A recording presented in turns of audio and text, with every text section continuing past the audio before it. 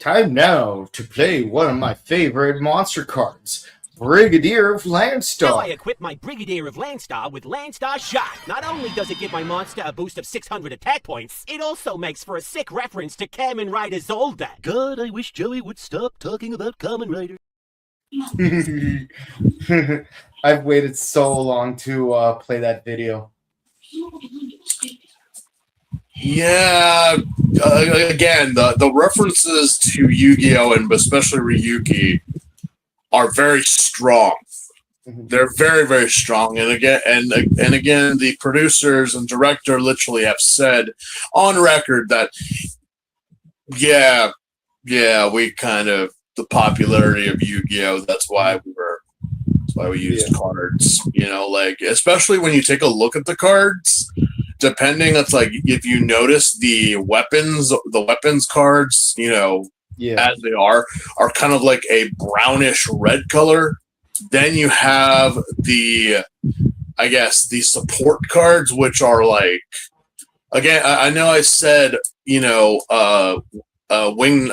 Darkwing used the magical hats. It was more like multiply. Yeah, like now Kaiba face my hairy balls. Yeah, and then you had the trap, which were purple cards. Yep.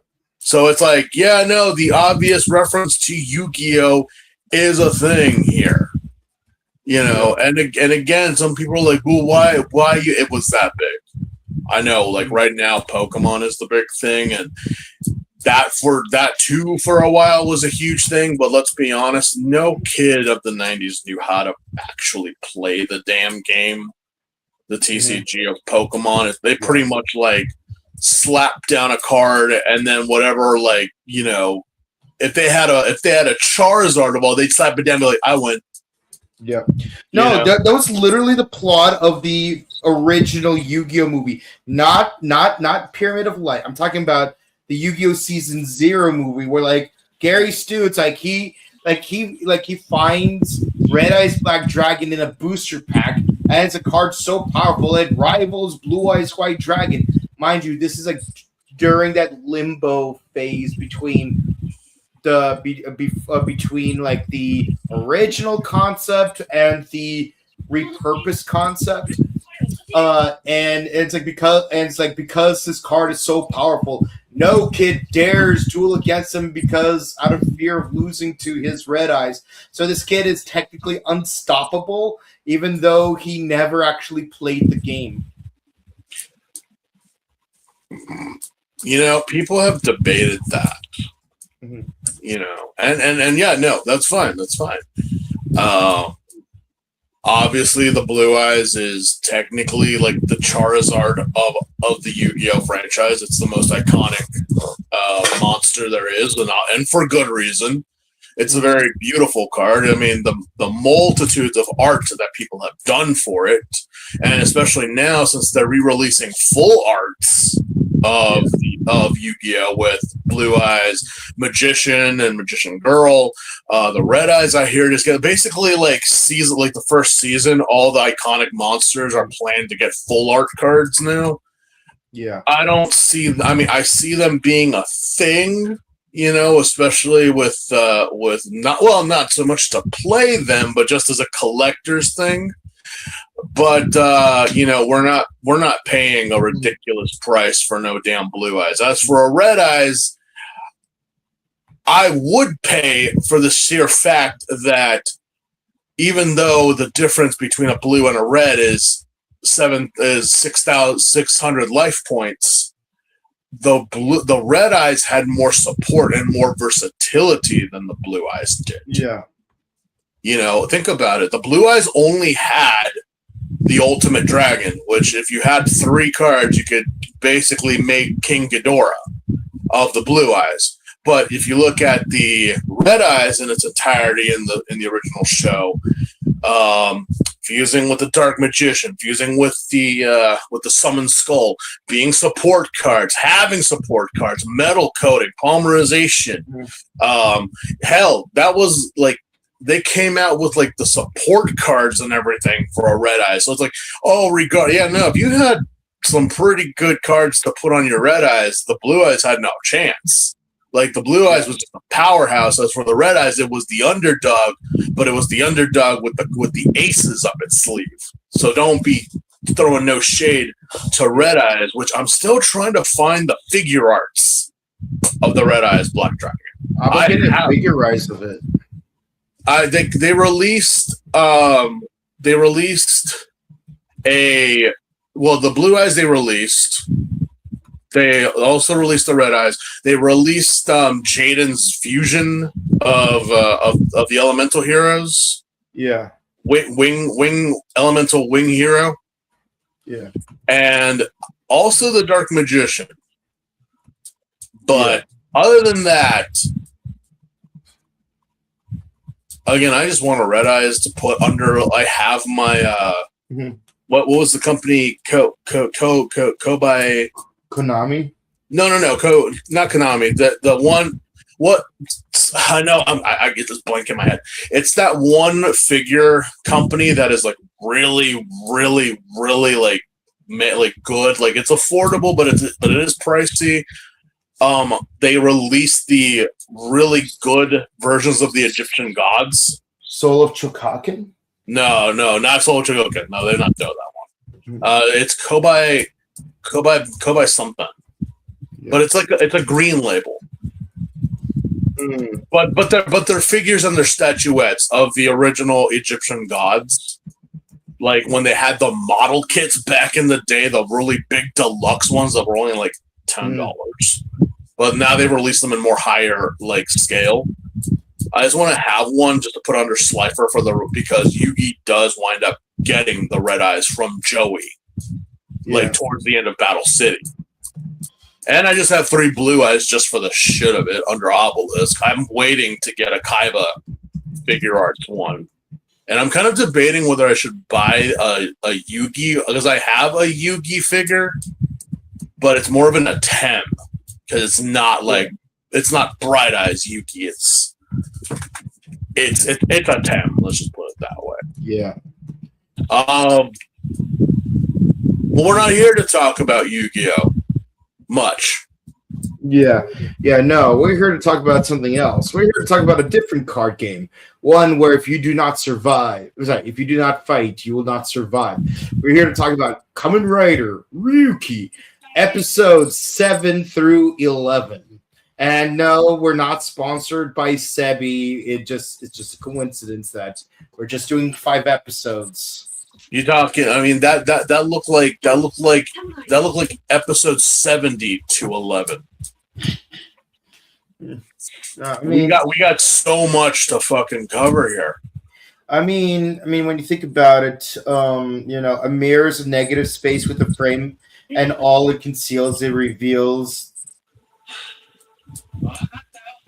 Well, it's mirrors suck. Mirrors totally suck. Yeah. Let's see. Yeah, no. Well, it's crazy how this show. I don't think we've ever given a series for its opening sequences like a solid 10 as we did last week. I don't think we've ever done that in the history of this show. Like given a 10 to the first couple of episodes. And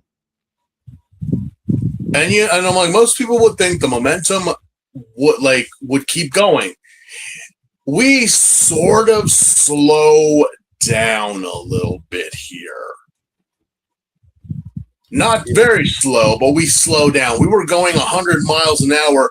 We've now gone back. We've gotten off the freeway and now using the inner city roads now. Yeah. That's how crazy it was. And that's how crazy, like, I know some people had reached out to me and said, oh, now you're going to get to Zolda. Yeah. Like, yeah. You best get comfortable, because if the last 6 episodes were 100 miles, we are going down to like 45, 25 now. Like, it's going to be like going this way pretty much with this story of Zolda, which, Yes, I the most obvious Kamen Rider of this series, other than Ryuki and Knight. Yeah, he is the official third rider of this season. Yeah, Zolda. Mm-hmm. Very interesting look for Zolda, especially the mirror beast, the mirror monster that it made a contract with. Yeah, Magna Giga. For me, I was like, oh, it's a bull. No, it's a minotaur. Mm-hmm. It's a very armed minotaur, one that would make the XXG-01H blush. Yeah, my God. I know people will be like, oh, the heavy arms. I'm talking the Paisalis. Mm-hmm. The Paisalis looks like a tin can compared to this thing. Yeah. How many people know about the stolen Gundam Paisalis? Oh, of course, everyone knows about the Paisalis. No, we know, but I'm like, the RX-78-GP02. Yeah, we know. It's like, yeah, no, that thing was stacked. I'm talking about, like, it took a lot for the mass-produced series mobile suit to actually get through it. But that's a nuclear bazooka. Yeah, of course, it didn't stop the toy from calling it the Syphilis. Yeah, Zolda pretty much is the Psycho Gundam, but like compressed. Yeah. That's Zolda. Like, that's how, as more ridiculous as Zolda is, or the Minotaur Mirror Beast, it's on the level of ridiculousness as Mechagodzilla back in the Showa era. Like, legitimate, I don't think any other machine, other than Messenger, like, just out of the pure, what the fuck is this thing, and how can it possibly move? It's like every inch of it is a gun. That's because it is, technically. Mm-hmm. Like, who said it wasn't a gun? It's literally a sentient gun. Everything on its guns have got guns. Yeah. One thing we did not mention in the previous episode is a lot of the weapons that the riders use, like sword vent, strike vent, guard vent, shoot vent, blast vent, and even like the more niche ones like swing vent, thrust vent. Like you're basically taking pieces of the Advent Beast monsters and using them as weapons. And we're gonna get into some of the ones we actually get to see in this episode. If anything, I would say that Zolda is the most obvious example of like this pattern, because with Ryuki, like, it's like, oh, you got strike vent, which is Dragretter's head, and sword vent, which is Dragretter's tail.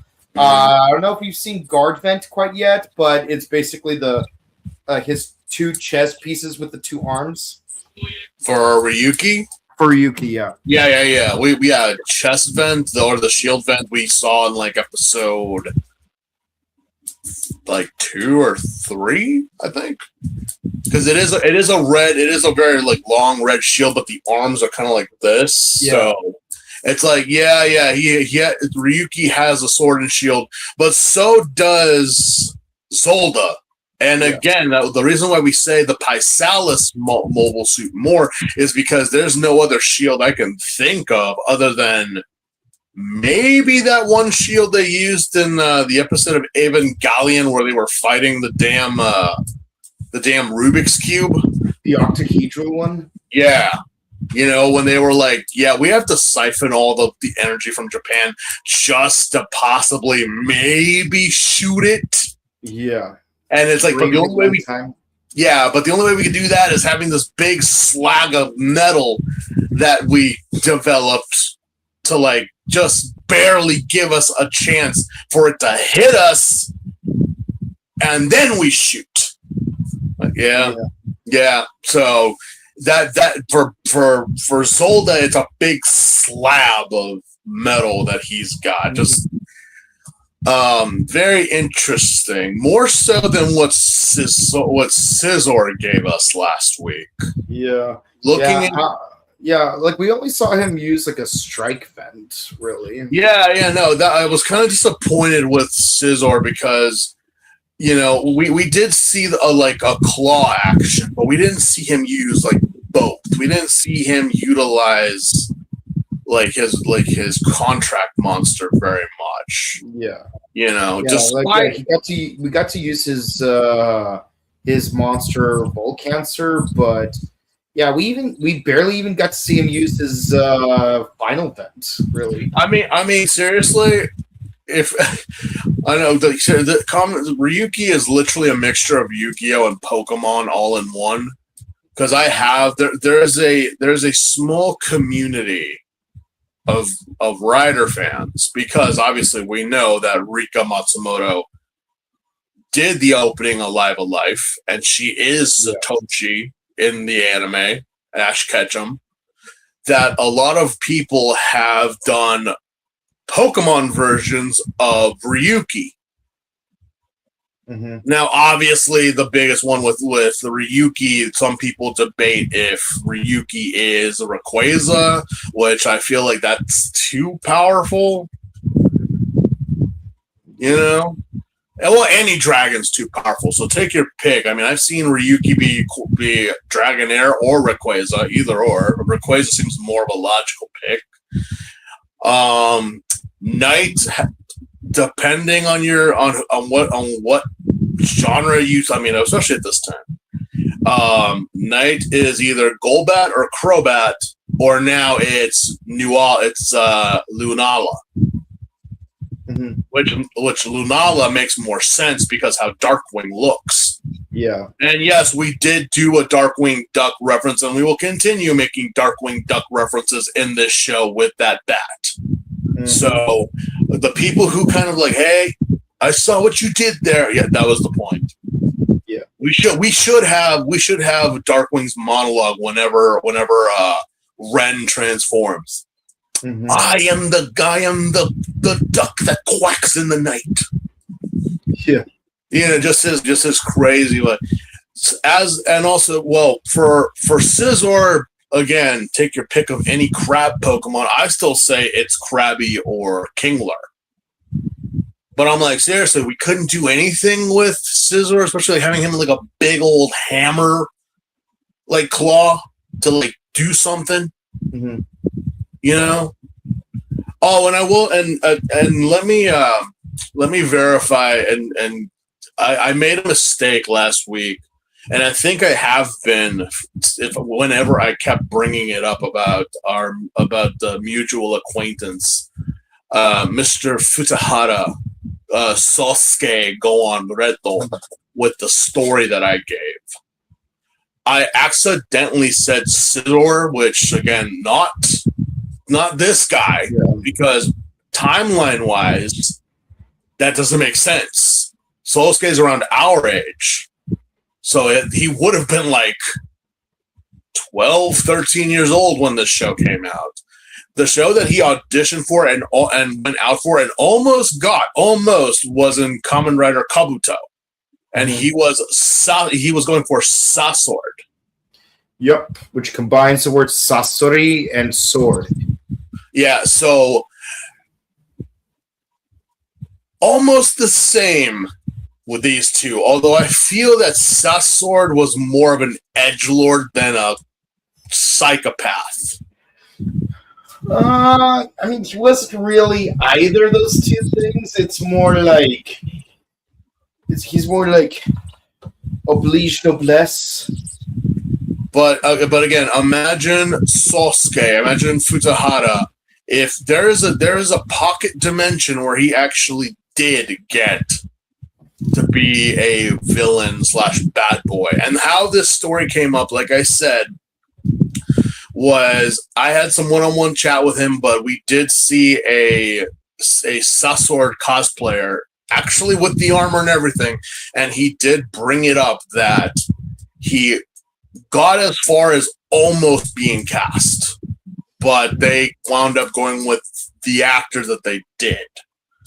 But they liked him enough that he was in the story as a background character, and enough that, well, you can't be a Kamen Rider, but you can be a Sentai. Yeah. Which is like, there's nothing wrong with that. Although him saying that him being red, yeah, that was a shock to him. That, like, I'm red. Like, yeah, you're red. He's like, all right. I'm like, like how do the Japanese express excitement? We in America, we're like, holy fuck it. Like, how did you do it? I think he said he called family just to verify. I'm like, hey, I got something. And he's just been going at it. He's been going at it. He's actually, from what I understand, he's doing like a lot of past Sentai actors. He's appearing in the famous Valley scene that you Toko fans, including us, could actually book and go take photos in with explosions. Mm-hmm. That is a thing. Yep. So if you're ever in Japan and you want to do special toku poses with an explosion in the background, I will find the information and I'll try to put it on this video. Yeah, sadly, when I was in Japan, I did not have a chance to do that, but hopefully next time I go, I will. I want to go to the Ishinomori Museum. Oh, yeah, no, the reason I was not able to go there is because it is way up north that I would have to take a separate Shinkansen from Tokyo just to get there. It's like, it's nowhere near Tokyo, it's nowhere near Osaka, it's not in Kyoto or Kyoto. Let's put it this way. It's not on the main island. No, Japan. It is. It's just Japan. So far up on the main island that you have to take a Shinkansen to get there. And those are not cheap. Yeah, it's quite a journey to get there. So the only closest, if you want to go to Universal Studios and then head over to Toei Studio Movie Land, where they have all the Sentai stuff. That's as close as you're gonna get to it. But yeah, anyway, what is good boy Shinji up to today? Well, we do have a story about a guy who finds a golden lobster. Well, hopefully it's nothing like the golden crab that we saw the other day, because I kind of had my fill with crustaceans. I had snow crab for lunch. I'm allergic. Surprisingly, I am not, but apparently by the family's religious beliefs, I am not supposed to. But I never said I was a religious man, and neither are they when they're at brunch. Yep. So, anyway, Shinji. The last time we saw Shinji, his heart was breaking. Yeah. He was a sad boy, and very much found so. out what it means when Kanzaki said, "If you do not fight, you will not survive. You must destroy the other riders." But riders should not be fighting. Not like this.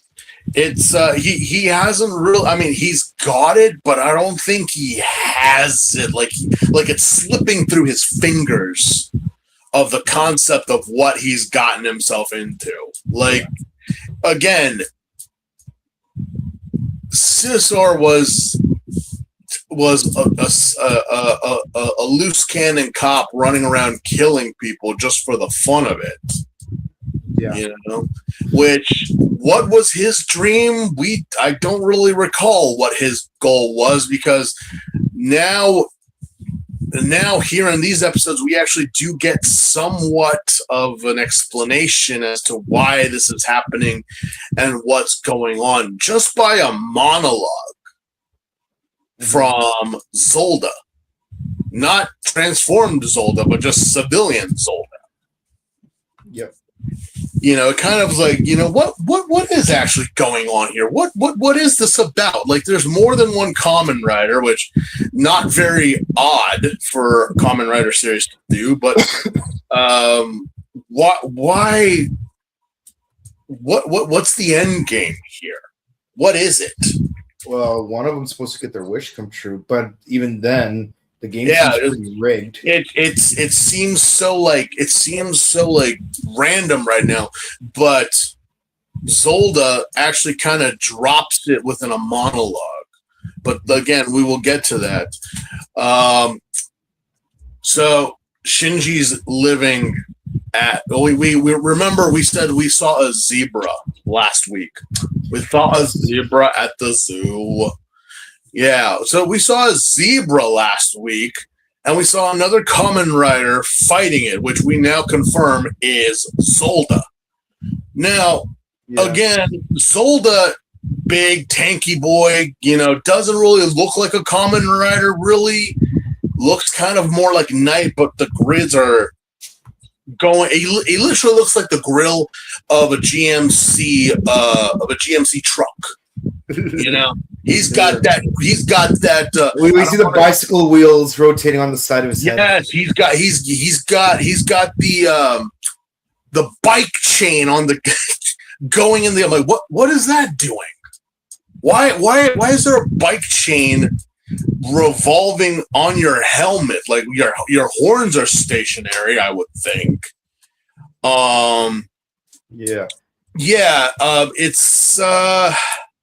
It's an interesting look. What the hell is that? Yeah, no. He does technically defeat the zebra, but we're not confirmed that he did. All we know is that he transforms and he's this, a guy that either you've played the Yakuza games, or as simple as I could put it to people our age, the guy looks like Mugen from Samurai Champloo.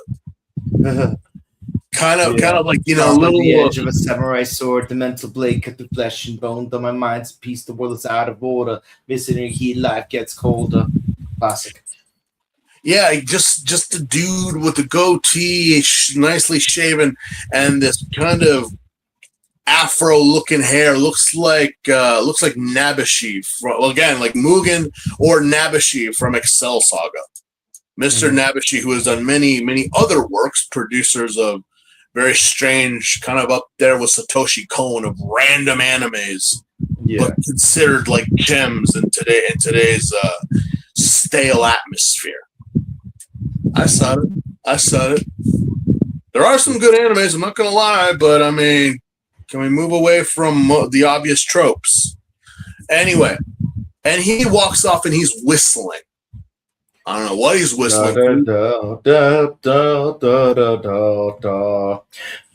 Kind of reminds it's the whistle song from the Starburst commercial. It reminds me kind of, not the tune, but just like it reminds me of Proto Man from Mega Man.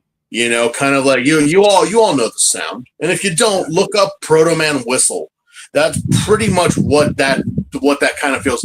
Because no joke, we kind of already figure out Zolda is a long distance Kamen Rider because he's got guns. He got guns. He got guns. Fast forward our opening days. Fast forward our opening credits. I know we don't like to fast forward the credits, but we can't be here for 10 minutes listening to eight times of Alive. Yeah. Let's see. Where are we? The fourth Zolda. Yeah. So, don't you hate it when you got to go to the airport and pick up random family members? Yeah. But it's Auntie-chan, which weirdly enough bears a behavioral resemblance to Chato. So hi Chato. Yeah. How you doing? She gives off definite mama bear vibes, especially at the fact that she's like, I don't like Ren. He looks shady. He looks like a delinquent. Yeah. Honey, you have no idea. but she loves Shinji. She's literally like gonna marry Yui off to Shinji. I'm like, I don't know how to feel about that. I'm not much for shipping, but that doesn't sound right. Again, she gives off Chato vibes. And Chato, if you're watching, we love you. Yeah. So obviously, we got to figure out what it is we're doing because, well, yeah, it's a slow day for the newspaper. They're getting random emails from some guy who lives down. He lives down by in a hut right down by the river. And mind you, it's slow day after a very heated night. Yes. Yeah. So, yeah, apparently he accidentally set the place on fire, or at least he had a dream where he set the place on fire. So he set the place on flame retardant. I mean, no, to our audience, has that ever happened to you guys? Like, again, this is 2002, so you obviously, but I'm talking about now with the accessibility of smartphones and the internet on just handheld devices, hell, even on watches. Do you ever just like you're on your phone and you fall asleep and then you're like still dreaming that you're still on your phone doing whatever it is you're doing? And then you order like $150,000 worth of stuff on Amazon in real life, completely by accident. It's kind of crazy, right? Because I'm just like, wait, what happened? So Shinji was pretty much before Google was a thing. I think he was MSN messengering or askjeeves.com. Like, what does it mean to have a dream where like everything's on fire, and if I could use a fire extinguisher to put it out, what is the meaning of that dream? I'm like, what? Nothing's on fire, Shinji. What are you talking? Yeah, apparently something just catches fire, and then he's like screaming. He's like the dog meme where he's like, I'm fine. Yeah. No, you're not. But it's all a dream. He wakes up, not fully, but enough to know where. It's like muscle memory that you know where the fire extinguisher is, and then just remember, hold, pull, nozzle, all over the place. Mm-hmm. Now again, this is kind of a bad situation, especially there's electronics. This is 2002. Yeah. You think, oh, my phone is so sensitive. Well, no, our stuff actually lasted. But again, the fact that you're using a chemical level fire extinguisher and the computers have ventilations, that could be bad. I mean, not totally bad, but it's still bad because Shinji covers the place in a chemical compound that's not ice. So a lot of people think the fire extinguishers are ice. No, it's nitrogen. Yeah, it's it's a powdered nitrogen. So it's still hella cold. It's still ridiculously cold. Like, that's why I'm like, yeah, always wear gloves when you use such fire extinguishers because that shit will burn. It's a chemical burn. Mm. Like, again, try to hold dry ice in your hand. Good luck with that. Yeah, everyone walks in, and our poor smart brain lady is like sobbing her eyes off to her powder blue clear plastic Macintosh. Yeah. And so the chemicals are like against your face. See, here's the thing. While in Fies, this actress is worst girl, in Ryuki, she is best girl. Oh my god. I especially loved her like later on in the episodes where she like goes to the theme park by herself. Yeah. I will get to that point, but I'm like, I was just like, I love her. I love her. Yeah. I just want to take her home. But I cannot. Because we got to strangle Shinji. Because Shinji covered the entire office only for our smart brain lady, post-smart brain lady, to tell us that there's a weird email about a golden crawfish that has been found. And I'm like, that's painted. It's totally painted. First of all, it barely even looks gold to begin with. It's like when you watch Shyamalan's Last Airbender and like you barely see Zuko's scar. Yeah. Didn't help that the actor was almost as dark as night, and it's like, yeah, but we're trying to get. Don't get me wrong, Slumdog Millionaire was a great actor. Like honest, like high key, the top 3 best actors in the entire film were literally the 3 firebending characters. Yeah, no, but again, you can have a great actor be in a horrible movie just because the writing's shit. Yeah, that's the thing. It's like, no, I don't blame the actors. I blame the writers. I blame the director. Like, seriously. And also, just a quick one, just a very quick one. My heart goes out to the animators for this leak of the Avatar movie that they were doing. Now, I have not seen anything. I haven't seen Avatar since it originally aired. I've only seen the original Avatar, Legend of Korra, Shyamalan's Last Airbender, and the first 4 episodes of the Netflix one. I just couldn't. I've not seen. Yeah, I saw the original one, its entirety, especially I try to be now in my later years be more of Iroh than anything. See, the 3 characters I can relate to the most are Sokka, Iroh, and Toph for different reasons. Like they all have little bits and pieces of that reflect my personality. And yes, I'm incredibly chill. I'm uptight, but also comical, but I'm dim-witted, but also witty, and I know how to laugh at myself. The thing is that my heart goes out to them, to the artists, that they did, and their work. But I also say to Paramount, you yourself, you guys were partially responsible. The fat cats of that you guys. We wouldn't have this company if it wasn't for us. No. Shut the fuck up. You guys did this. You guys messed up.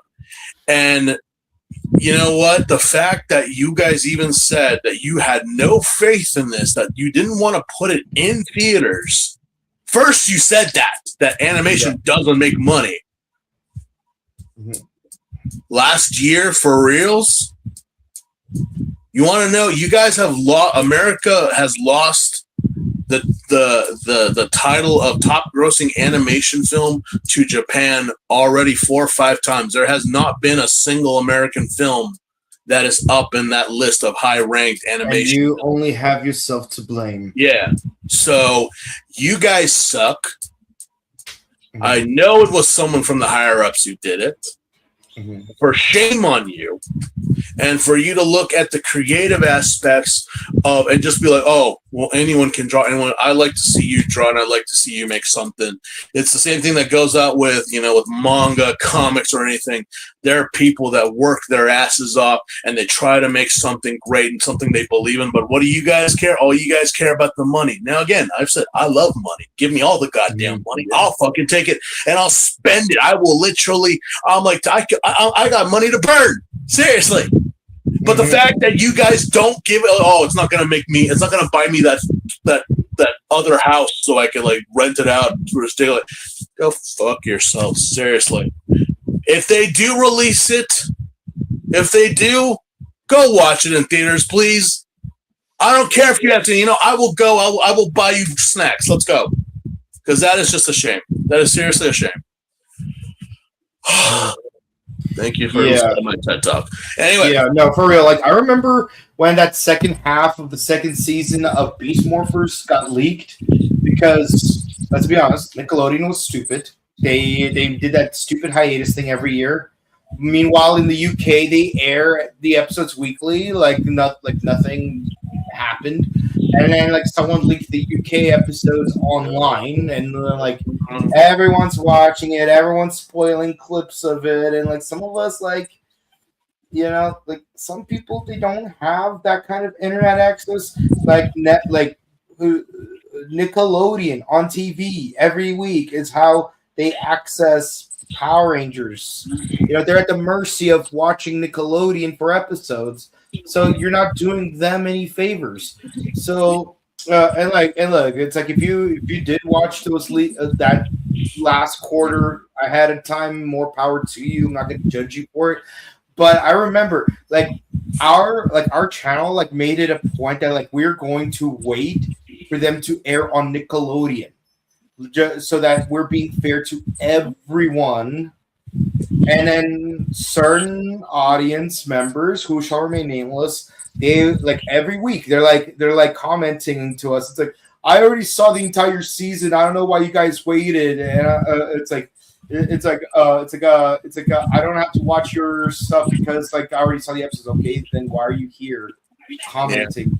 Yeah. You know, it's like, you know, this is for the people who haven't seen it, you know, or people who have seen it but still patiently waited for our opinion. I mean, that's the whole point of watching our show, to hear what we think about the episode. You're entitled to what you think of it. If you want to share it, as long as it doesn't spoil things. But most people who come to our channel to watch our stuff will come to watch your channel because they want to hear what we think about it. And you know, like that means people would have to be patient and watch it when we get to it. Like otherwise, like people could like totally like go bombarded. Like, why aren't you doing a GO yet? Because we're saving that for later. You're not gonna get it if we don't go through this first, guys. Yeah. If anything, be glad we're using the wheel to get to what could be your favorite season sooner. Because imagine if we did everything in order. We did, like, if we actually did Ichigo, V3X, Amazon Stronger, Sky Rider, Super 1, Black, RX, then Kuga, then Agito. Because, like, if your favorite season is X-Aid, you're going to be waiting for a while. Like 7 years. You're going to be waiting 7 years. Yeah. 4.5 now, but you're going to be waiting for a while. So be glad we're doing it. So, like, be glad we established the rules to it. But with that said, it's like, there's really no good guy here with the whole leak situation because because the studio is at fault for like not putting in theaters. The leaker is at fault for putting people's work to waste without them getting paid. People who are sharing the leaks, like, again, if you're watching the leaks, I'm not going to judge you, at least not out loud. But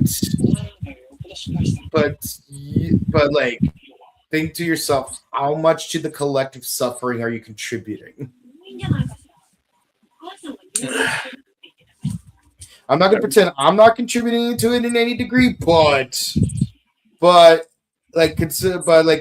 if you're going to rank everyone as to how much they do contribute to the collective suffering, think for yourself, how much are you contributing? Mm-hmm. Yeah, that's my TED Talk. Yeah. So, synopsis here. Yeah. Shinji goes visits an old man 3 times is the main premise of this episode. These 2 episodes, really.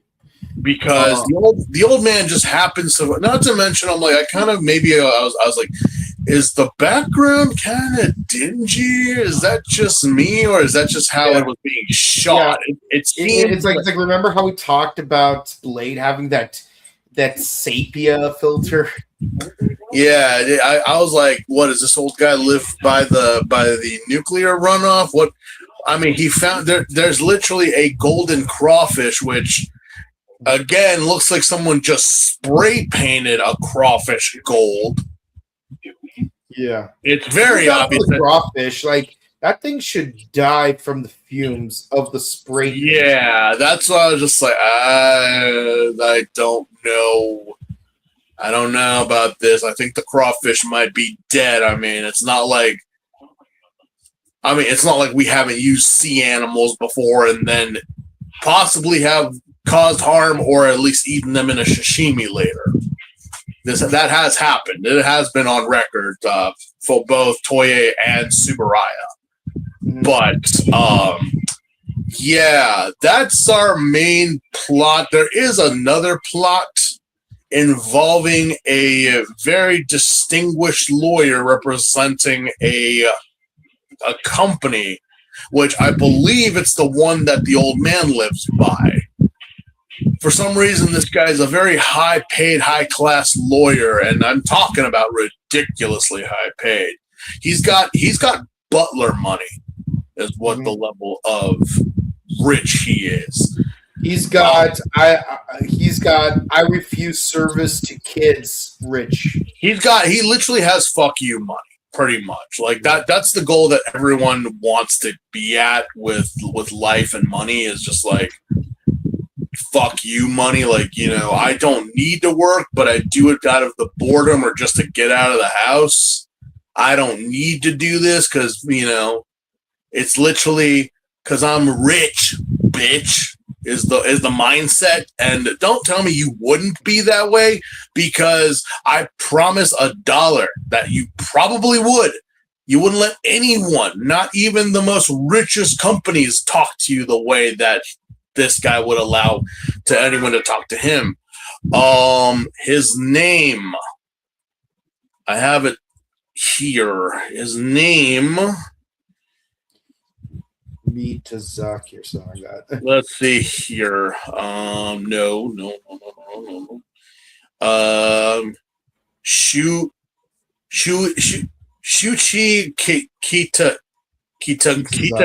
Kita, yeah. And apparently also the Or magazine is trying to get a scoop with him, because of this is a high class case that's going on. Yeah. Again, not much goes on. I mean, obviously there is this thing with Reiko and our lawyer, along with Shinji tagging along. And, you know, be as it may, Reiko is not the type of woman to fall. She literally kind of has the same mentality as Sawa does in build, where it doesn't matter if the guy's good looking or ridiculously rich. I am here for the scoop and for the I don't care. Like, you could take me out to dinner and we could talk all night. No, literally, they talked all night. What? It does happen. It does happen. Mm-hmm. And it's like, no, she doesn't care. She's kind of annoyed with him. But Shinji, being the good boy, kind of sticks around. And I'm like, yeah, Shinji, I think you're going to get killed here, because he doesn't really take to people. But apparently he does with Shinji. Yeah. He kind of takes Shinji on, like, see, this is like, no joke, man or woman, if you told me you gave this up, I would seriously give you the side eye of judgment. I would give you, like, the Jewish grandmother judgment. And for all you my chosen people out there, you know what I mean when I say that. Oh, I know. That is the worst thing you could possibly get. It's not the words. It's not like you get that, like, it's the look. Yeah. You're like, oh my God, that's like a million. That's like a million spears getting thrusted into the air and raining down in the same focal point. Yeah. So, you know, my God. Anyway, so our lawyer takes Shinji on a spa day, on a meal, like literally a date, almost. Like, for some reason, Shinji's just like, he's like, you know what? I like you, kid. You entertain me. And I'm just like, oh, okay. All right. I guess, Shinji. hold yourself, make sure it doesn't touch your no bits. Mm-hmm. But for some reason during this spa trip, our lawyer and Shinji kind of have like a discussion about like what it is to be, like a person, a human. Which, where the hell did this come from? Again, we have no setup here, nothing as to why this is happening. It just is, and obviously there are girls. There's a spa. There has to be girls. For some reason. But he goes. But our lawyer goes on this whole thing about how like humanity is just so small, and how like basically a famous Lex Luthor quote of like, despite power, fame, and everything that I've achieved, within three or so generations, I will die and no one will fucking remember me. Wouldn't it be like cool or amazing if someone was immortal, like to continue on the great work that they do?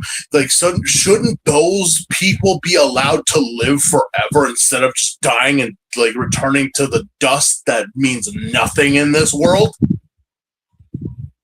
And I'm just like, okay, chill out, Shakespeare. What the fuck? I just asked for another fruit parfait. You're literally quoting, like Kinski over here. Can I get another rum and coke, please? And everyone's looking at him like some weirdo. I'm like, yeah, you kind of killed the mood. But we do have a run-in with the zebras. Apparently, zebras have been appearing in the mirrors and literally crisscross applesaucing their victims. Random, I know. But wait. But why isn't Ren doing anything? Well, Shinji's on a date. Ren is kind of getting hounded by Obachan over here. Yeah. Obachan's playing matchmaker with Yui along with Shinji because, like, you should totally go with Shinji. He's a good boy. My god. I wouldn't be surprised if he becomes a doctor. Just like, just straight up, just trying to hook up Yui. Not much goes on here. That's why I kind of said we were going 100 miles. Now we slowed down. What happened? We're setting up plot is what's happening. So, yeah, the zebras attack, and I thought they attacked Obachan. No, it was some other random person they attacked. Yeah. I was like, no. And it's kind of interesting because, like, when they look at themselves in the mirror, it's like you could see, like, they're completely. It's like someone took a whiteout and just whited across you, not like a zebra, because zebras don't. Yeah, they go horizontally down, not across. They're like lines. Yeah, they're tiger stripes, pretty much. Yeah. I don't know any animal. And the zebra comes from behind. It's like, literally get graded. They literally get graded. But now we go back to the old man, and he found a frog with an afro. Yeah, or a I think we need to move. I seriously think we need to move. We found a golden crawfish, and now we have a frog with a pompadour.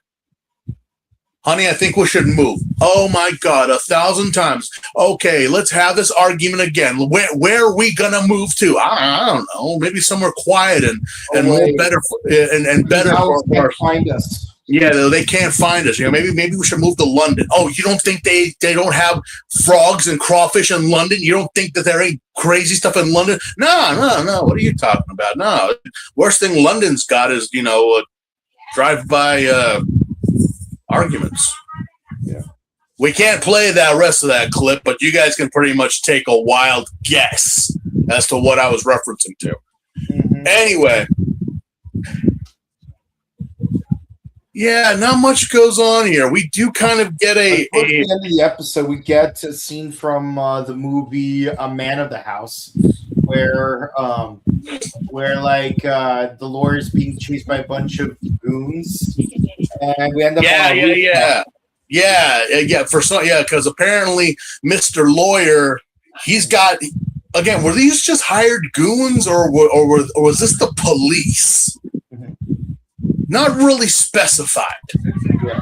But, really but a man interferes, one with leopard spotted coat and a very Yakuza hairdo, and he does the Akito Henshin pose.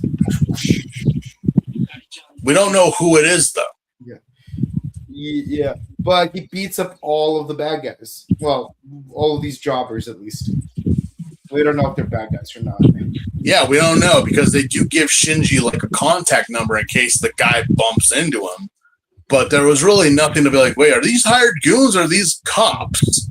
Because again, just because you're a lawyer doesn't mean you're like necessarily a good guy. Again, we just saw last episode the cop was killing people for shits and giggles.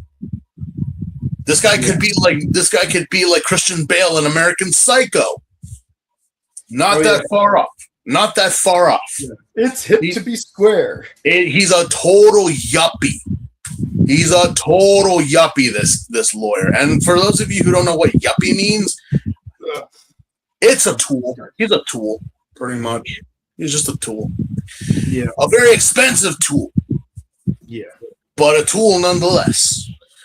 Now we go on to the next episode where finally something happens. Oh, wait, before we find out that there's two zebras and Ryuki transforms and Zolda transforms.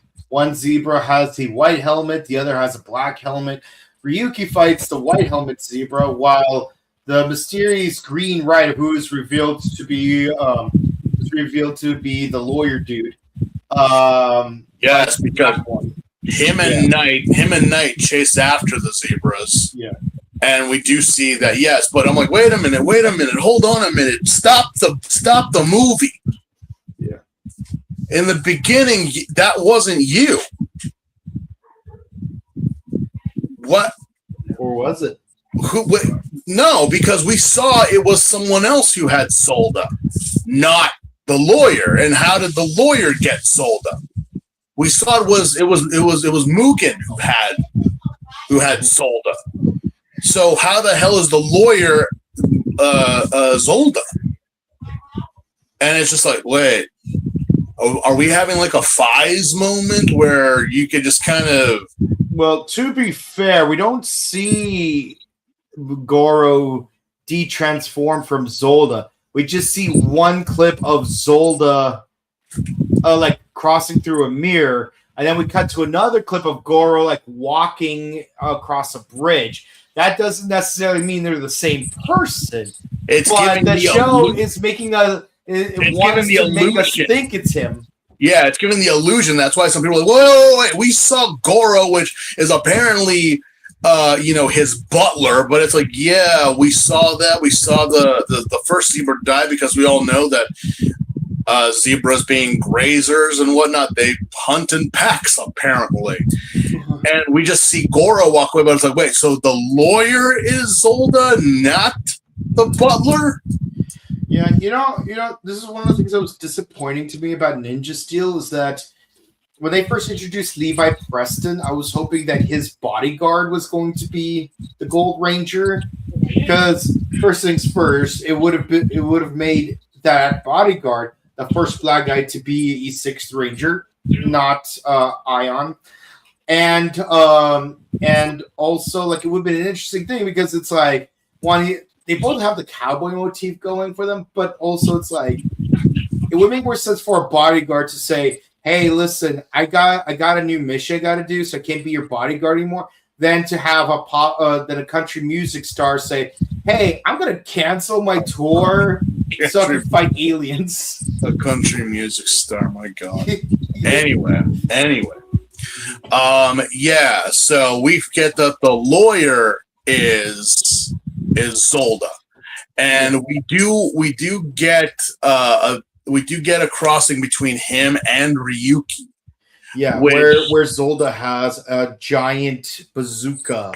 And yes, we're going to play that. With my Brigadier of Landstar with Landstar Shot. Not only does it give my monster a boost of 600 attack points, it also makes for a sick reference to Kamen Rider Zolda. God, I wish Joey would stop talking about Kamen Rider. But gun my sweet ass. That thing, literally Zolda sawed off the damn cannon, the damn barrel from a damn tank. Yeah. Or maybe he went on one of Japan's many carrier assault boats and just took their barrel of their guns. Because this thing was like the only other character I could think of that could lift such a damn cannon without any problem is Saris Victoria. Yeah. You thought I was going to say something else. No.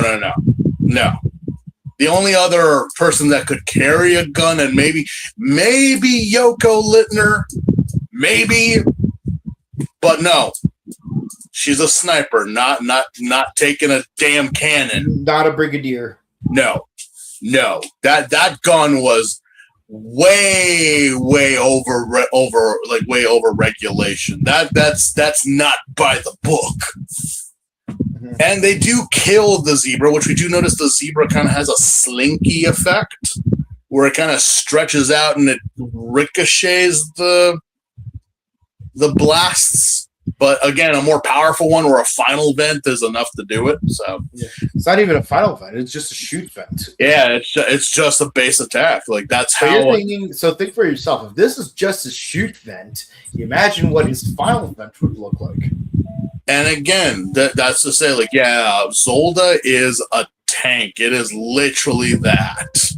So be careful. The actual name Zolda actually came from the Russian word soldat, which means soldier. And it makes sense, obviously, with how it looks. We do get a moment that Zolda does shoot Ryuki. Mm-hmm.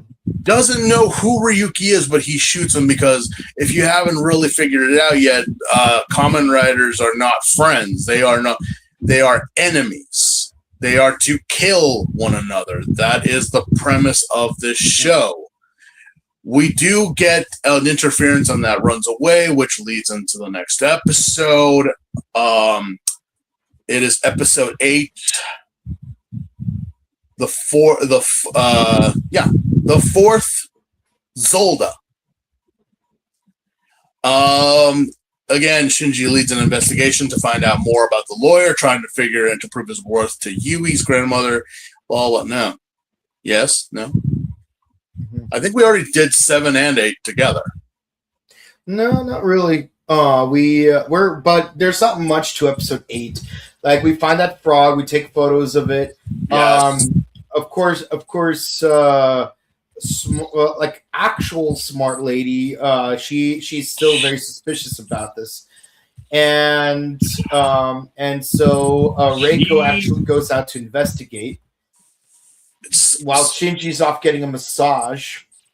Yeah, that's what I was like. I think we kind of mixed both of those together. This is actually again the part that for our smart brain lady, Miss Nanauko, is that she does not work overtime.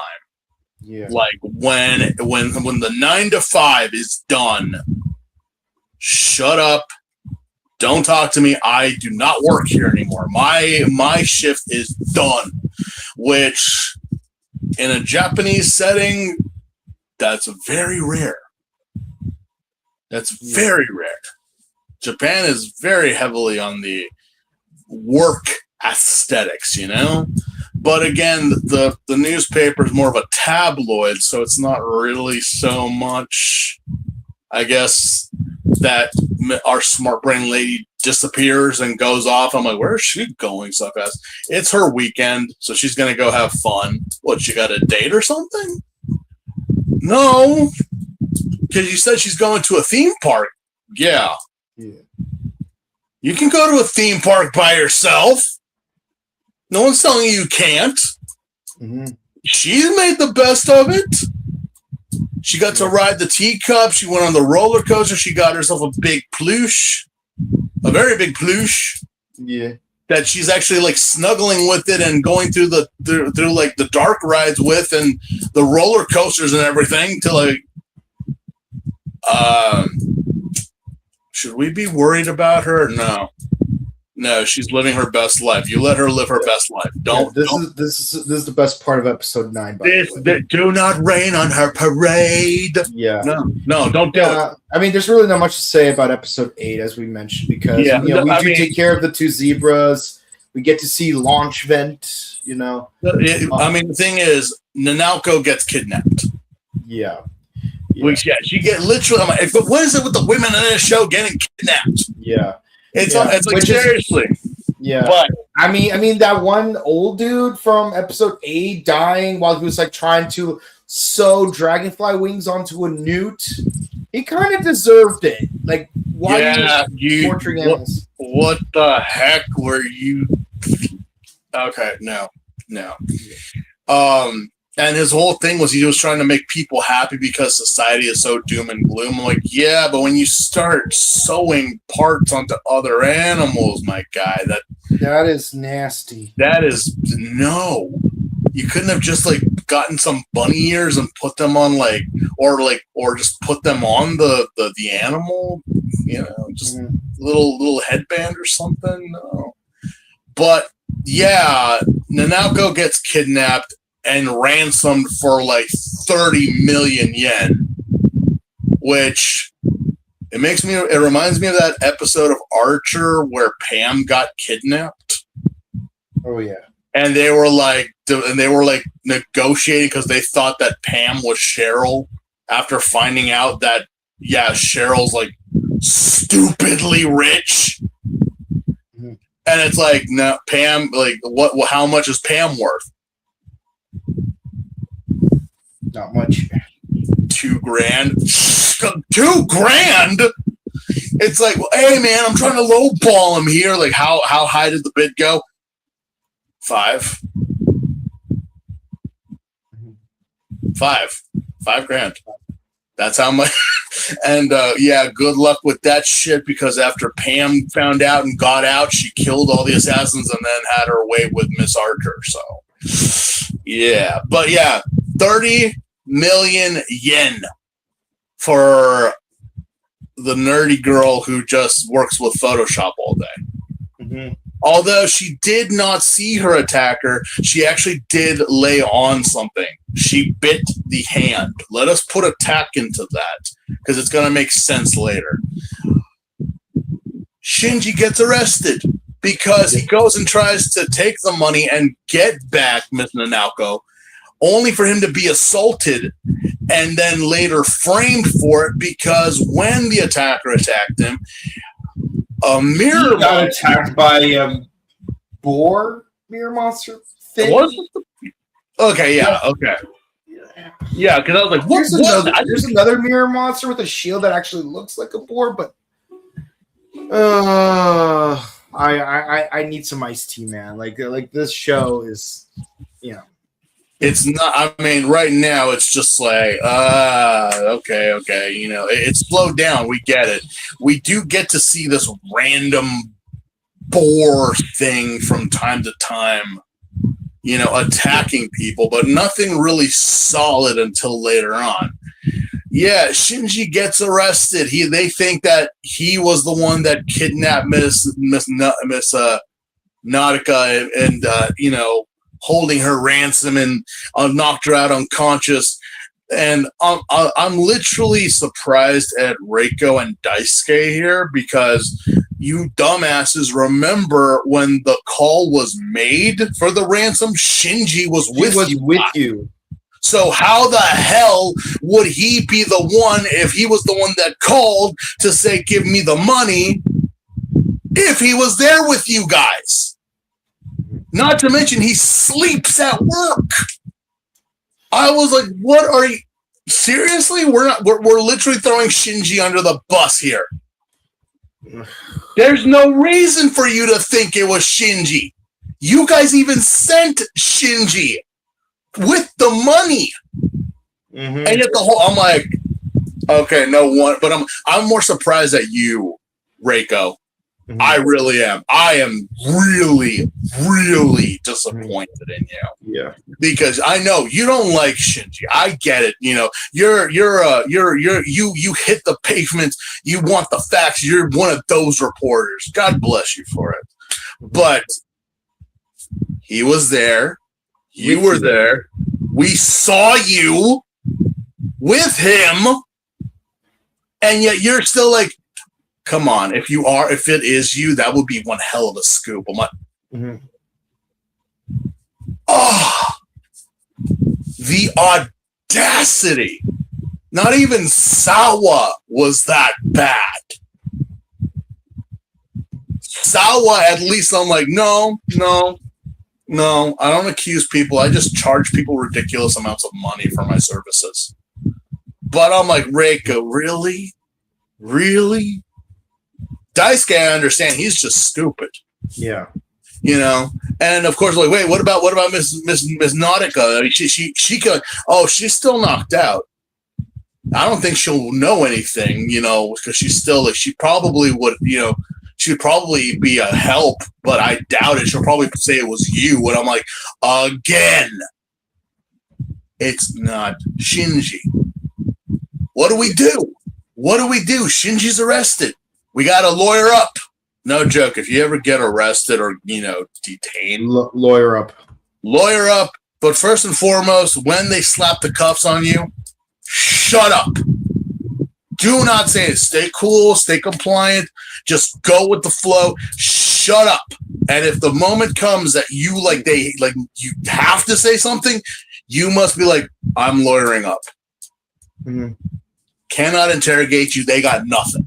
Even if they say, we got something, they ain't got nothing. Don't say anything. Mm-hmm. Don't say anything. I don't care if you got something. I'm still not going to say anything until my lawyer don't gets say anything. Many lawyers have said, do not. Until you lawyer up, don't say anything. Because anything and everything can be used against you. Which it's the Miranda rights. Believe it or not, people can get off if the officer doesn't present the Miranda rights. Yeah, no, just be like, no, he never did. He never read my Miranda rights. He never read my Miranda rights. I would not know that I would be entitled to a lawyer because he never told me I was entitled to a lawyer. I didn't know that anything I said could be used against me because he never told me that anything I said could be used against me. Again, now with cameras, it's like, keep quiet until then. It's just like, no, lawyer up and be like, yeah, he never read me my Miranda rights. So automatically thrown out the window. But yeah, we need a lawyer. We best call Saul. He's not available. Okay, what about Phoenix Wright? Also not available? Damn it. Who else is a company? Who does Kaiba use? What's that lawyer from Futurama? I'm just a Southern bird. And I stand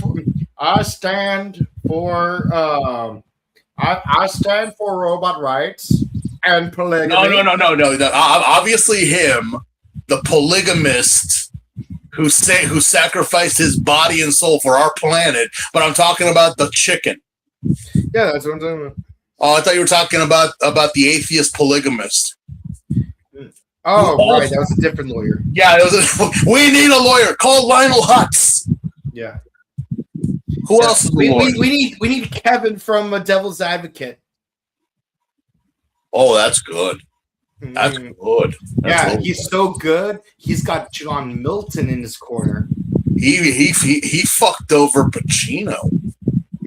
Yeah. Damn. And Pacino was literally Satan. Yeah. You fucked over Satan Al Pacino. Get him on the phone. He's not available.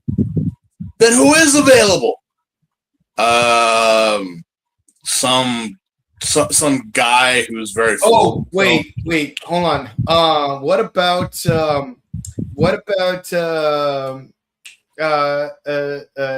Pesci from My Cousin Vinny? Vinny. Oh yeah.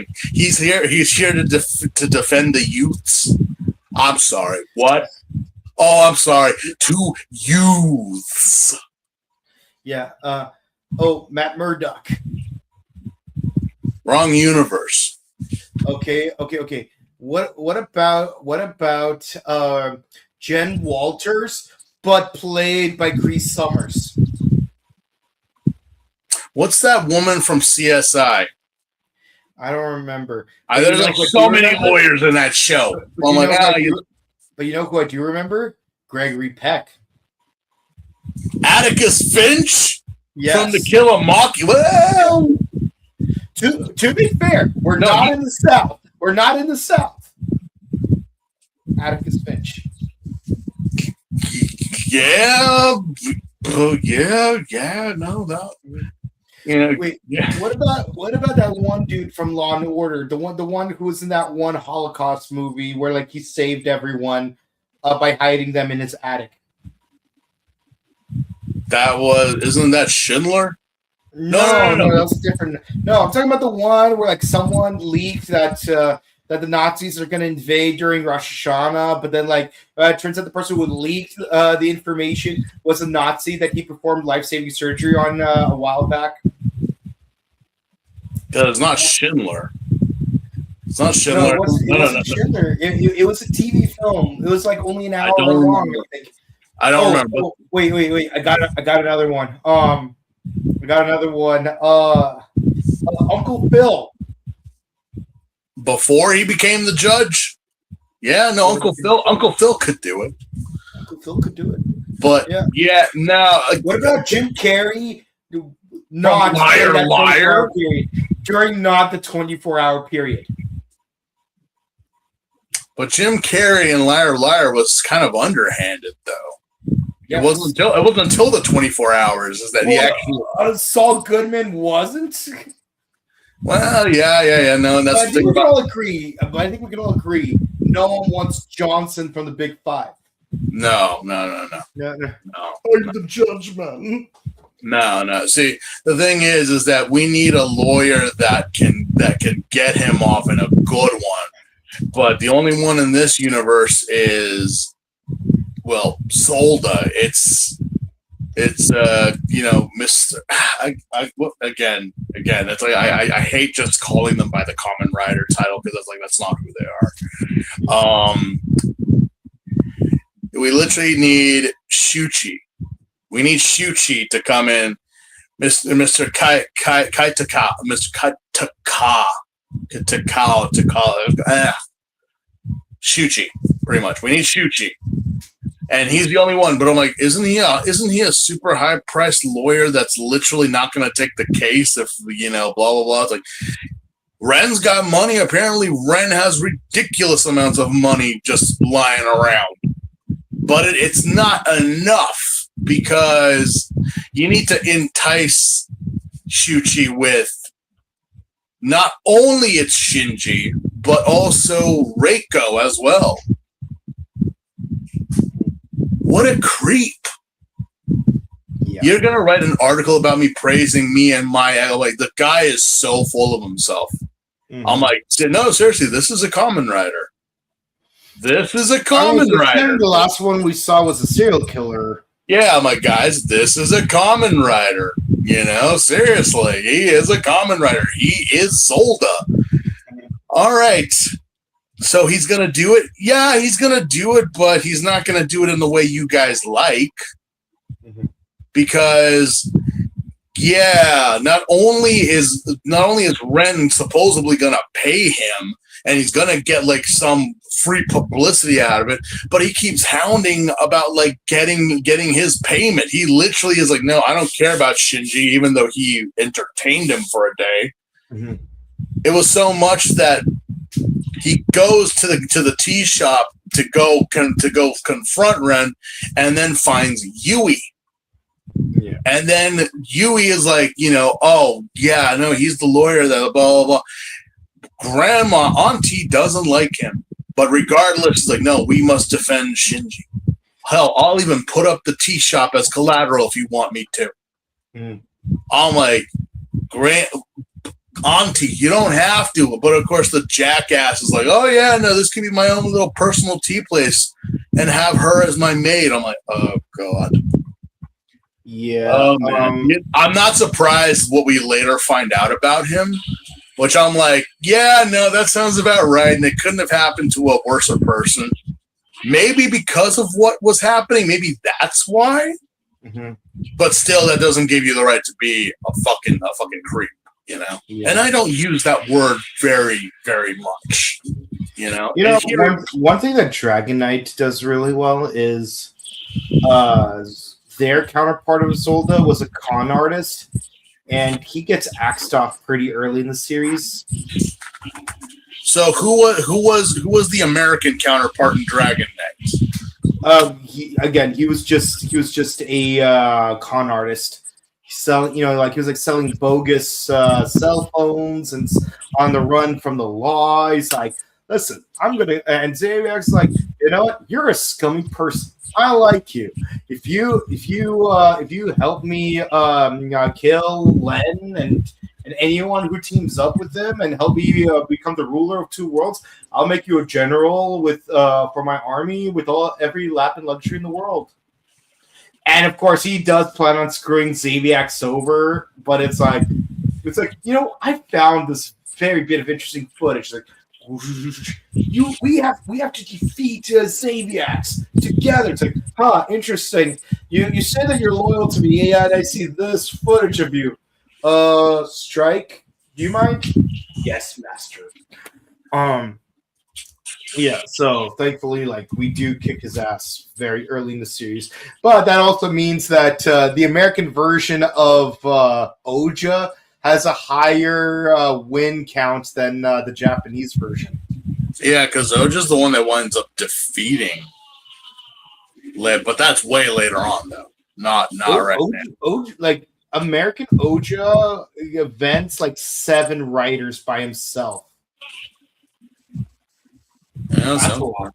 That's a lot. That's more than half. Yeah, it sounds about right. Yeah. Let's see. Okay. He gets him. That's 5. I'm sure he gets at least one of the 2 Cho brothers. No, he gets what's her name? He gets Fem. So I'm trying to remember who's the last one, but he gets 7. He bets 7 people, man. GTC is such a menace, and he's not even a serial killer. Yeah, I know. Let's see here. Zolda.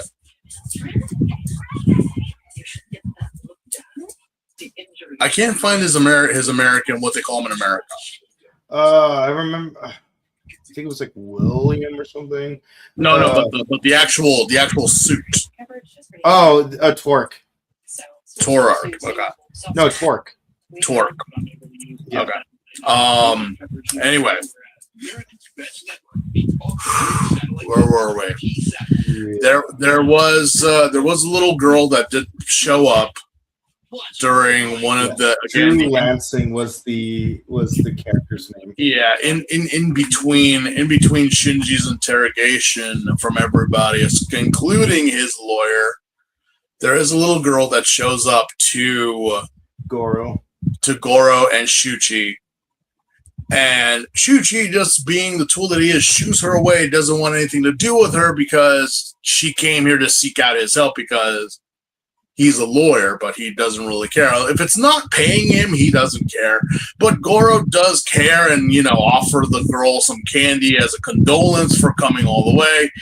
This is going to be a thing that Shuchi's going to really hate later on because this little girl is going to be the focus of the last 2 episodes. So, yeah. The thing is that everyone here still believes Shinji had something to do with Miss Nautica disappearing. We do see the boar mirror monster running around attacking other people, some in the field of grass, some of them in mirrors and in the city.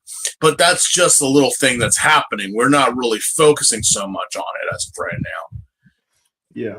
The whole premise is so Miss Nautica actually awakens and gets discharged from the hospital with her giant plush that she still has. Yep.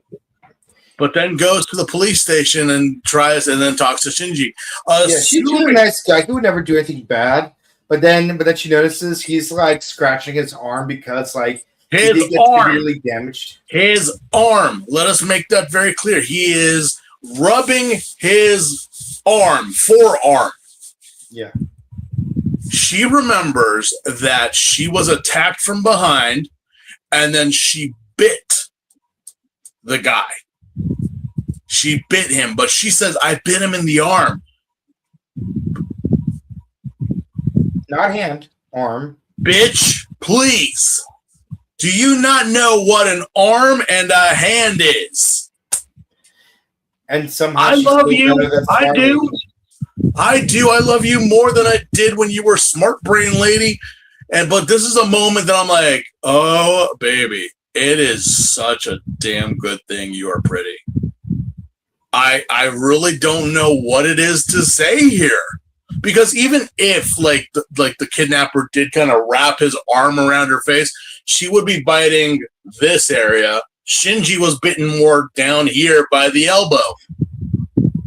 That was from one of his attacks.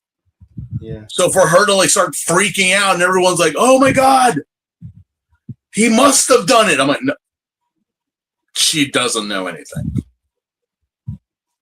But but apparently Ren and Yui find out that Shuichi is gonna frame Shinji. As for why, apparently during the interrogation, Shuichi finds out that Ryuki is Shinji. We find out he just figures it out. He just figures it out that Shinji and Ryuki are one and the same. So pretty much now it's like, yeah. What? Just to remind the people at home, what happens if a Kamen Rider doesn't participate or is unable to participate? Like, what if they're locked up? Well, sooner or later, their monster gets hangry. So just a quick death. A quick death. I mean, you've seen what Volcancer can do. So yeah. No, it's a quick death because if you're not able to feed your Tamagotchi, it's gonna eat you. Yeah, it's gonna eat you. Bottom line. So either or, it's like, yeah, Shinji, you need to get out because I don't think you're gonna feed the police to it. Mm-hmm. So what do we do? Well, we gotta now get you out, but apparently we need some solid something to get you out. Yeah. How do we do that? Yeah. No, seriously, how do we do that? What is it that was said that got Shinji out of jail? Mm-hmm. Yeah, it turns out to Shinji said, no, I have a bruise on my arm, not a bite mark, and then they all check his arm. It's like, oh. Yeah, if the cops can't tell a bite from a bruise, then they shouldn't be cops. Yeah. But regardless, I guess that's enough that Shinji actually gets out because there's no bite marks on his hands or anything like that. So it's like, if she did, she said she attacked them, she bit the attacker, but there are no bite marks. There's no broken skin. There's no teeth marks on his body. All right. Yeah. I guess you're free to go. I think Shinji's been in there for like a couple of days. If that's all he needed to say, then god damn it. Really? Yeah. Yeah. Well, they didn't know that she bit the culprit, so. We do have this whole thing again with the little girl. Yeah. Now what is this little girl's story? What's her deal? Well, her mom is injured. Her dad was the actual kidnapper. Oh boy! By the way, isn't it funny how the lawyer said, "Hey Shinji, what would you do with 3 million yen, with 300 million yen, anyways?" Oh man, what would I do with it? Maybe get a new computer. It's like, how about paying the 500 million yen debt that you have to lend? Yeah, don't be just again. Don't be spending money that you don't have, Shinji. Seriously, you gotta pay off your. You gotta pay off tourist in Japan. Yeah, you gotta pay off your debts before you can even consider spending any of that money. Because if you don't, you're an asshole. Yeah, and that's the thing that both Ren and Yui kind of tell Shinji that, yeah, he's going to frame you.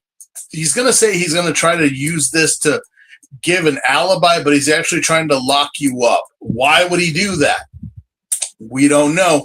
But Ren kind of already figured it out that he's a Kamen Rider. That's why. Yeah. He's a Kamen Rider. So what is that? So? It's like, again, Shinji, do you not understand? Kamen Riders are not friends in this show. Mm-hmm. They're not. It's literally a Snoop Dogg lyric. It's a doggy dog world. It literally is, because the homies are selling out the homies. Yeah. And regardless, it's like, yeah, you're in it. So again, find something, give us something, what you did, and now you get out. And now it's like, no, fuck Shuichi. Fuck him. Which, again, the reason is the little girl kind of was like, yeah, my dad was the one that did it. I don't know where he is, but he was the one that did that, so you should really let him go. Mm-hmm. Then, but wait. The mom's sick. Dad's missing. What exactly?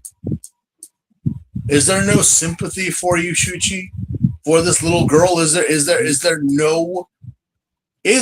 no sympathy in that heart of yours? Absolutely none. Not one.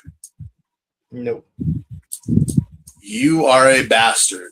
Seriously, you are. And the fact that you tried to get away, this little girl literally destroyed your hopes of concealing and screwing over Ryuki.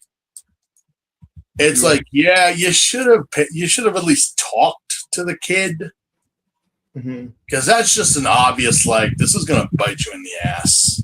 Yeah, that you realizing, Shuichi. Yeah, not even all the guns in Zolda could satisfy how badly this little girl burned you. And we do get to see Zolda's full power in this episode. Yeah, because now that everything is all cleared up, Shinji and Ren go to the mirror world to fight the boar. And yes, it really is the boar, because there's like two boar monsters, a red one and a blue one, and this is the red one. The blue one's the shielded one I mentioned earlier. But yes, so this is more of the attacker boar one. And while the two of them are fighting, Zolda's like, Atakvant. And then like Magna Giga shows up from underneath, and this thing is huge. Yeah, it turns out the bazooka that we saw earlier is literally just the two arms of Magna Giga. And it's literally the left arm, because the other arm is and like right arm. Like it's two arms combined, so it's like you got that like claw looking one, and then like the barrel looking one. It's kind of like. Yeah, again, this thing is literally a walking gun. This thing is ridiculous. If you think Steve is kidding, like when he uses final vent, like he attaches his blaster to the back of this thing, like it's like a power pack, and then it goes like, and then you got two cannons come out of its legs, the two cannons from its arms.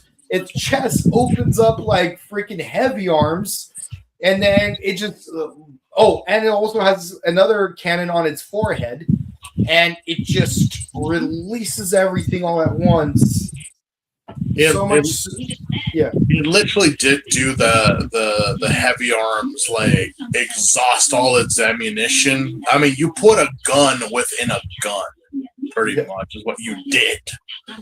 But it's kind of like if you were to do the heavy arms, but then throw in like a cannon from the Big Zam, a couple of funnel attacks from the Sasabi, and like maybe another heavy arms barrage. And then just throw in the Leopard just for extra. Yeah. Yeah. That's how ridiculous this all is, because the absolute fallout from such an attack. I'm surprised Japan isn't in another state of disarray like they were back in 1954.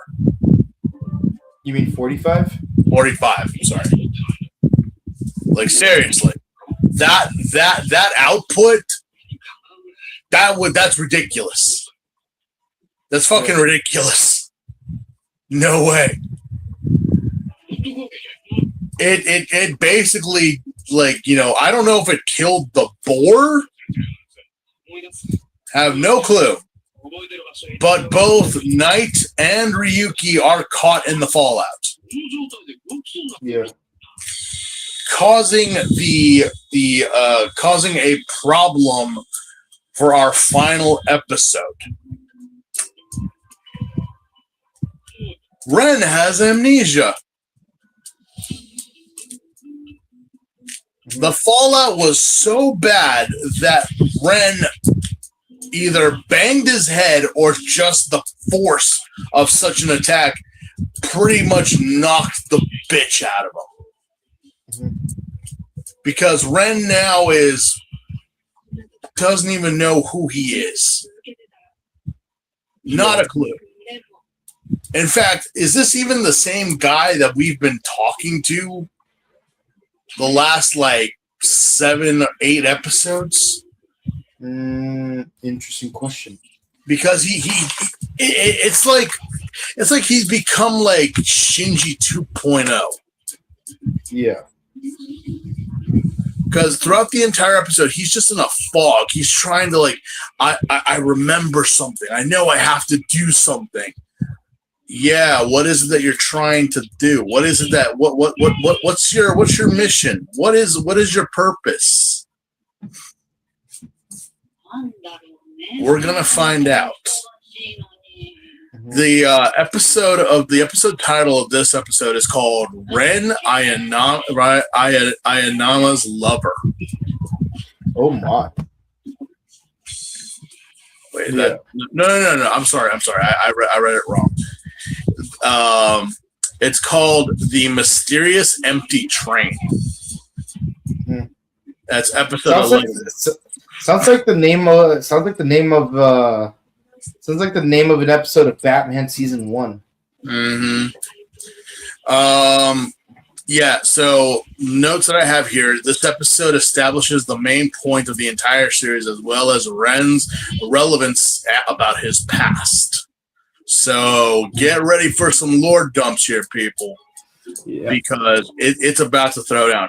Like after you know the whole shit happens with Zolda and whatnot, Ren is completely out of it. Shinji decides to get on his little moped to chase after Ren, who has a Harley Davidson. How he could keep up, I don't know. Ren loses his memory about Yui and everyone else. Yui goes to her brother's university and attempts to locate his whereabouts, which... Why go to his university, Yui? Was that something that Ren may have told you, or did you just realize? No idea. But I know that the lawyer is definitely on Reiko's blacklist. Yeah, after everything that happened, I'm not surprised. Yeah. He tried to frame one of us. Yeah. I don't like that. Yeah, we got this whole thing about a mysterious train that passengers disappear on. Mm-hmm. I'm like, all right, so another a train mystery. Yeah, another train mystery. Let's see here. What we got? States it. God, I hate when. So, what causes this disappearance? Weirdly enough, only one person survived this whole ordeal.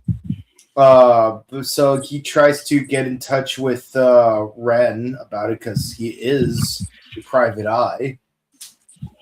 Ren. We all forgot about this. Ren's a detective. Yes, he is. When did we establish this?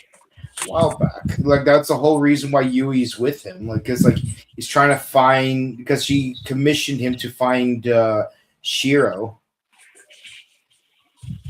Yeah, her brother is a thing, but apparently, like, the amnesia is not enough that he forgot that he's a spy or he's a detective.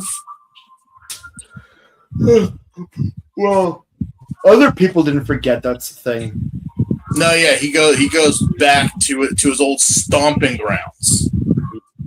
I guess it's just all muscle memory with him right now. He's just going. I mean, that's what happened to MacGyver in season 2. It's like he forgot his identity or the bomb threat, but he remembers how to like turn a kid's bicycle license plate into a new brace for the bicycle chain or whatever it was. Basically, he fixed his bike. He fixes his bike with a piece of chewing gum and some floss, pretty much. How that works, I don't know. He started Bazooka with less. Yeah. Also, season 2. Obviously, there's a lot of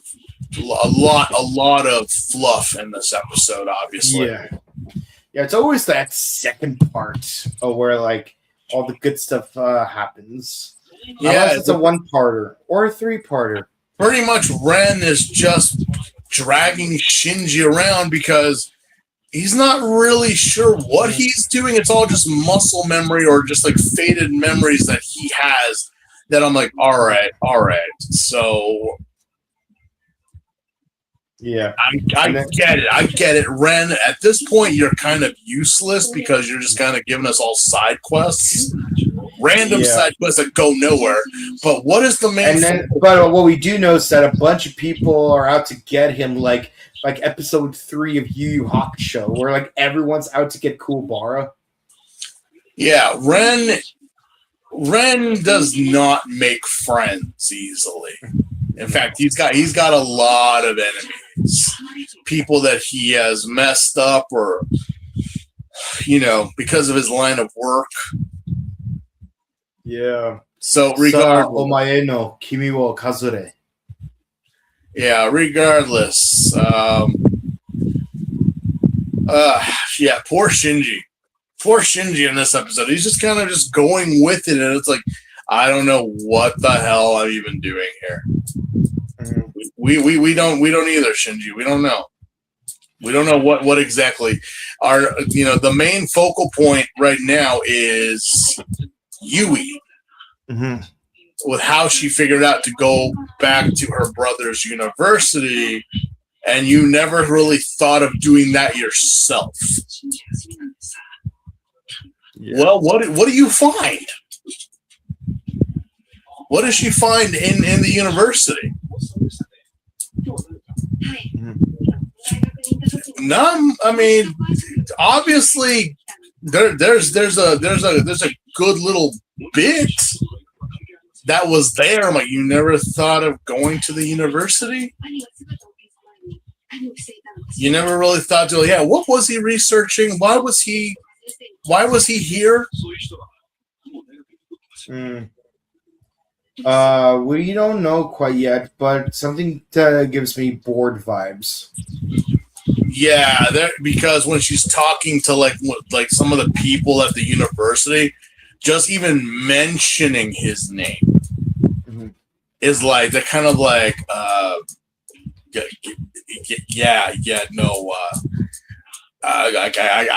don't know anything. I don't know. You pretty much just say it. It's classified. Like, you are not at liberty to say what is going on or what her brother was doing. Yeah. Something is really suspicious here. Something is really going bad. Yeah. Anyway.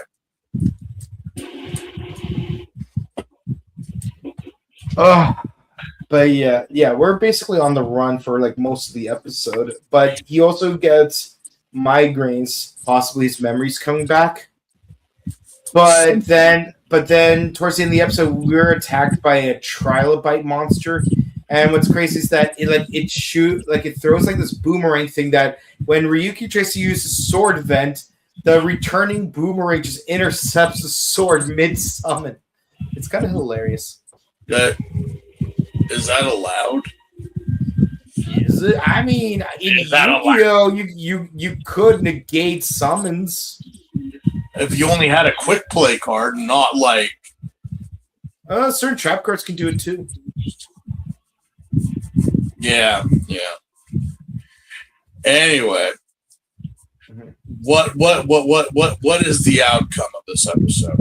Well, basically, we're still fighting this trilobite monster. We defeat the monster, but then Ren remembers something about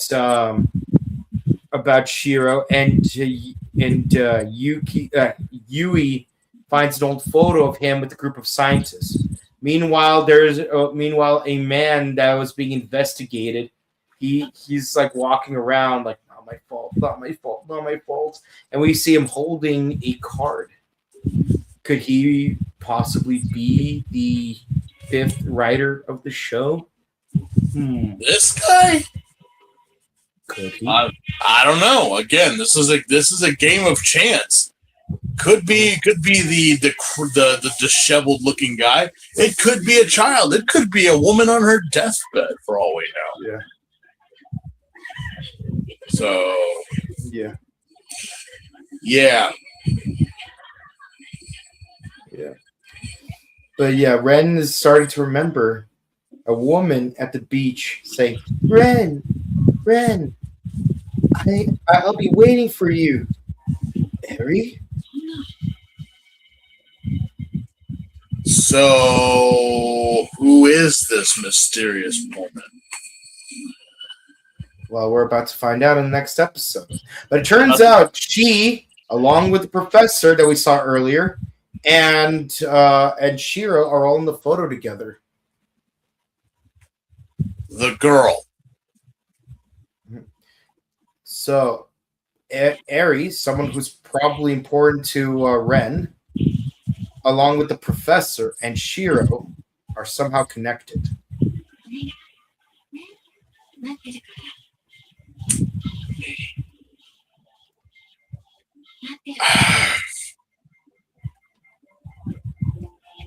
And that's the end. That would make sense with Ren being involved. And it makes sense about how all the, with Yui, but it's like wait.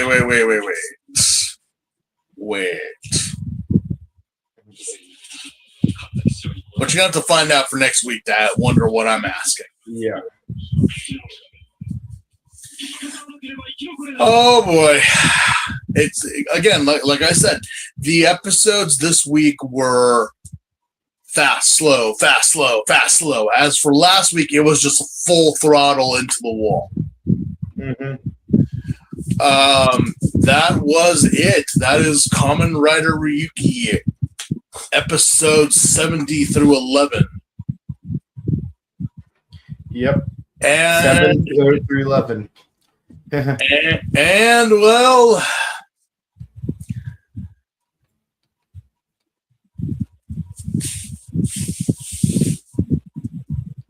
Zolda's still around.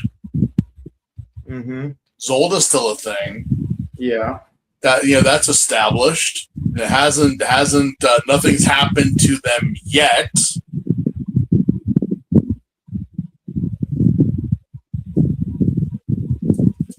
Again, Yui said that her brother created the decks. The reason is why, though. Why did he create? Why would humanity create these things? I'm getting bored vibes. It's like there's a secret organization that is behind all this, and there's a reason as to why they're doing this. Life is frail. Life is limited. So why don't you think about true life? But the Be thing smart. is that, True life is your start. but the thing is about this situation is that there's not really a clear answer. There is no clear answer at all. It's like, Ryuki, Shinji is Shinji, Ren is Ren. We had Suichi and the police officer last episode. No, what's the connection? What's with these people? Obviously we know that the game is random. Anyone can be chosen for this game. It's just that if this is a man-made construct, which is not crazy to believe, the question is why? Mm-hmm. Well, I'm not seeing an answer here. I'm not. I mean, obviously, the police officer wanted to be left alone to continue on his mayhem, and our lawyer pretty much wants to wish the eternal dragon for immortality. Or he wants immortality. What are the goals here? Well, seriously. Well, we're hopefully gonna find out next week. We'll hopefully get a lore dump. Yeah. Hopefully, no one will be met with a cruel fate, or is it an unfortunate fate? I don't know. Yeah, well, for this batch of episodes for Ryuki, wow.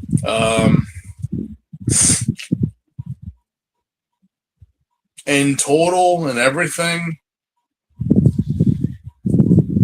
they were a high 6.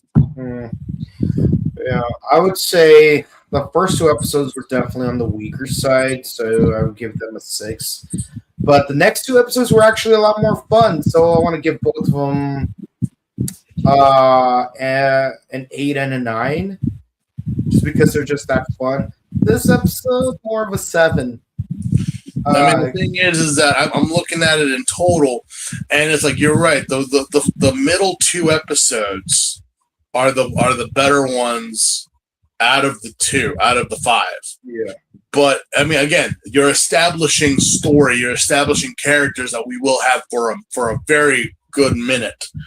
But not much is done here or explores even more as to last week, where it was going like so fast it broke the sound barrier, but just as it did, it slammed into a wall. Mm-hmm. So yeah, these ones are on the lesser side. For me, the whole is a 6. I mean, I'm not saying it's bad. It's informational, but nothing really happened here. Mm-hmm. So for right now, yeah, I stay at a 6 of this review in terms of action, plot, lore, and overall, just like the entertainment value of the episodes. Mm-hmm. So yeah, 6, a high 6. High 6 is what I gave this. All right. Let's see what the audience have to say. What do they? Axel says, "Man, this series feels like a mix between Dawn Brothers and Gojuger." I mean, I can see why Shinji would be from either of those 2 shows, but I feel like all the other characters, like everyone that's not working at the Ore, like I feel like they take themselves very seriously. So it just would not work with like Dawn Brothers or Gojugers because the whole point of Dawn Brothers is that nothing's to be taken seriously, and Gojugers is basically trying to capture the don lightning in the bottle, which unfortunately didn't, in my opinion. But at least we know what they tried to do. So Kamen Rider feels like a way more mature version than Sentai. I mean, yes and no. I mean, times, yes. if you want to compare the 2, especially since Ryuki aired along Hurricaneer, I mean, the thing about this is at the time is that, you know, again, like I said in the first review, they originally Ryuki was not going to be a Kamen Rider series. Originally, Ryuki was going to be its own thing. They just at the final end of it decided, you know what, let's keep the Kamen Rider going and see where that happens. If this fails, then we can go back to the idea. If not, at times there are moments that the Kamen Rider is a bit more adult in its theming, but it really depends on what is it you're comparing it to. You know, there's some episodes that I'm like, no, this one is definitely the adult episode.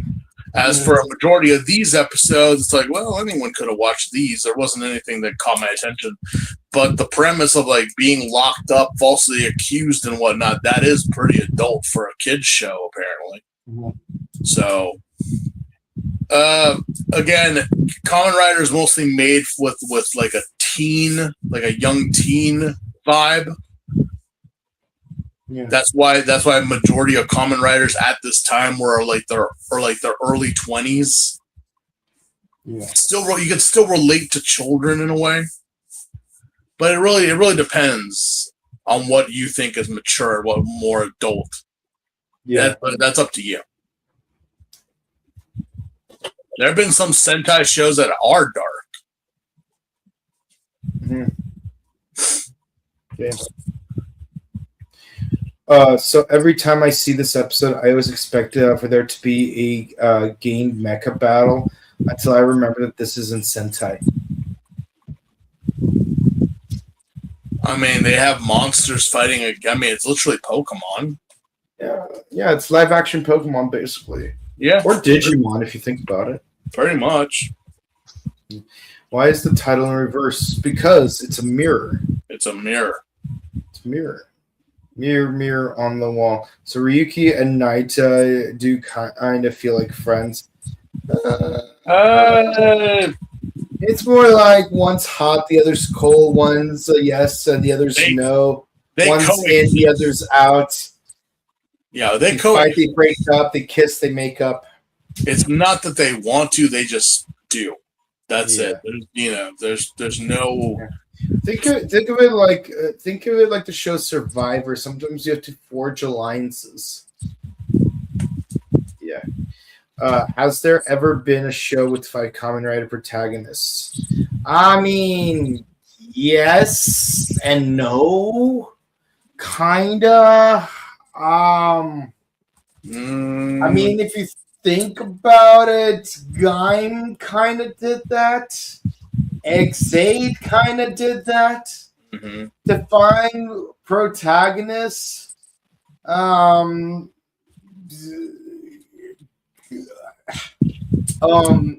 know that Geats kind of did that because they did because like 2 of them babyface turned basically, but let's see, Goblin only had 3. Well, I know that I know that Saber definitely started off with 6, right? And then we get a few more because we had like the 6 good guy ones, the 1 bad guy, the 2 really bad guy ones, the 1 that was sealed away, and then there's what's it called? The Sword of Light shows up. So then, we got like a total of 7 good guys. But then once Caliber gets reappropriated and Sophia starts using it, then, we got 8 good guys. We're not sure if the Shindai siblings really babyface turn, but if you count them as babyface turning, that makes 10 protagonist writers, kinda. So long story short, and of course, in Revice, you got Revi, Vice, Jean, Live Devil, Live Evil. You got Aguilera, Over. So that's 6. forgot what the 7th one was. But yeah, so you got. Oh yeah, and so you got the Kabuto one that was the dad, and you got the Stag Beetle one that was Julio. Well, it wasn't Julio at first, but it later became Julio. So yeah, we got 7 protagonist riders, 8 if you count Vice. So, and I was even thinking, technically this could be like a 7 deadly sins sort of situation, but then you got Ju-on, and I'm like, no, sorry, Juga is his name, because George, for some reason, becomes evil for 2 episodes. And then you got King Kosugi showing up. And Ryuki? No. In Revice. Oh. Yeah.